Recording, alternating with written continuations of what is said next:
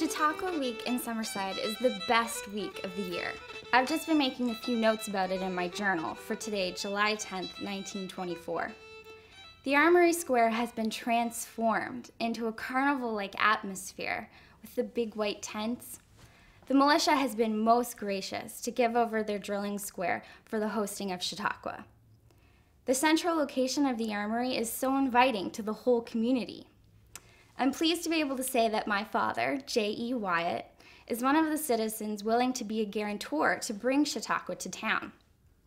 Not that it's any gamble for them, as the event attracts people from all over Prince County and Queens. Chautauqua offers entertainment and culture for everyone.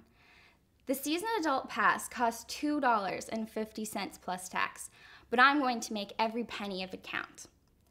This is the week that Summerside comes alive with entertainment and culture from all over the world. There are lectures, readings, concerts, dramas, and demonstrations. People are being educated and they're not even aware because they're so pleasantly entertained. On opening night, I listened to the Blue and White Marimba Band, an organization of Guatemalan musicians. And then Noah Belraz gave wonderful character impersonations. My parents went to hear Private Pete, the young Canadian war veteran, speak on the inexcusable lie. In the morning, I went to see the Russian Cathedral Sextet, which delivered all of the warmth, passion, and color of Russian folk songs and sacred hymns. I chose the sextet over the talk entitled Well Dressed on a Moderate Income. And then I went to see the Welsh orator, Mr. A.W. Evans, give his witty address, Uncrowned Kings.